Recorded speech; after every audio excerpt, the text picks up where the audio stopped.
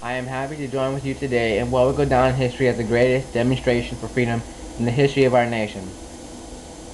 5 scores ago, a great American in whose symbolic shadow we stand today signed the Emancipation Proclamation.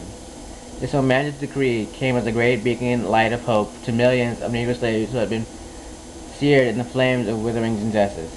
It came as a joyous daybreak to end the long night of their captivity. 100 years later, the Negro is still not free.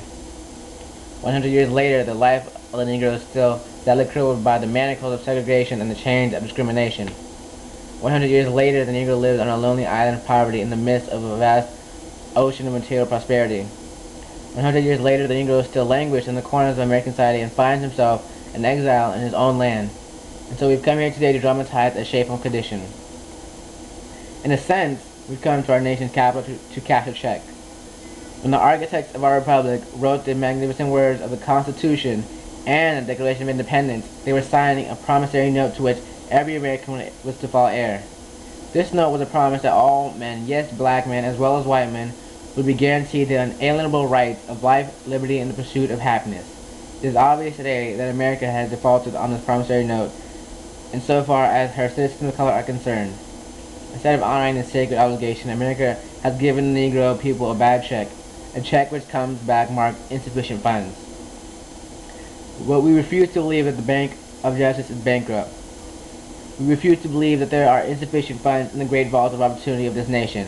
And so we've come to cash this check, a check that will give us upon demand the riches of freedom and security of justice. We've also come to this hallowed spot to remind America of the fierce urgency of now. This is no time to engage in the luxury of cooling off or to take the tranquilizing drug of gradualism. Now is the time to make real the promises of democracy. Now is the time to rise from the dark and desolate valley of segregation into the sunlit path of racial justice. Now is the time to lift our nation from the quicksands of racial injustice to the solid rock of brotherhood. Now is the time to make justice a reality for all of God's children. It would be fatal for the nation to overlook the urgency of the moment. The sweltering summer of the Negro's legitimate discontent will not pass until there is invigorating autumn of freedom and inequality. 1963 is not an end, but a beginning.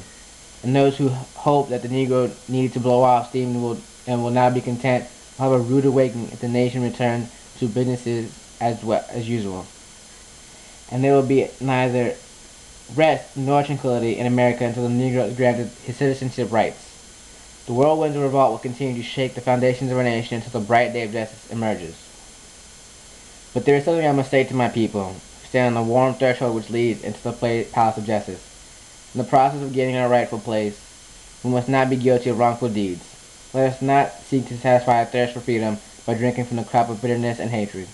We must forever conduct our struggle on the high plane of dignity and discipline. We must not allow our creative protest to degenerate into physical violence. Again and again, we must rise to the majestic height of meeting physical force with soul force. The marvelous new militancy which has engulfed the Negro community must not lead us to distrust of all white people, for many of our white brothers, as evidenced by the presence here today, have come to realize that their destiny is tied up with our destiny, and they have come to realize that their freedom is inextricably bound to our freedom. We cannot walk alone, and as we walk, we must make the pledge that we shall always march ahead. We cannot turn back.